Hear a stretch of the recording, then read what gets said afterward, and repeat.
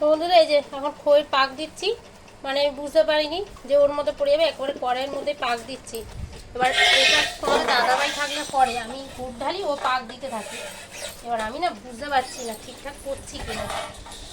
ও চলে গেছে হাওড়া, ভোরবেলা একবার ফুল আনতে গেছে, আবার এখন আসছে ফুল নিয়ে, দুবার হাওড়া যাওয়া হয়ে গেল।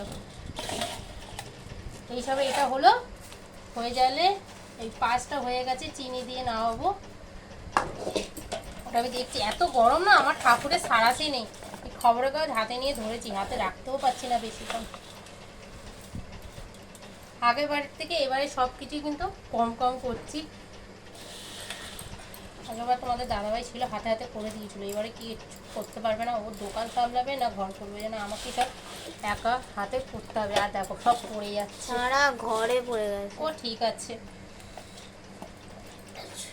এই দেখো ডালের মধ্যেও পড়ে গেছে, তুমি যে ডালটা ভিজিয়ে রেখেছো। ওরা মটর ডালটা ভিজিয়ে রেখেছি ধুয়ে, খেসারির ডাল ধুয়ে ভিজিয়ে রেখেছি। তোমাদের সবটাই দেখাবো।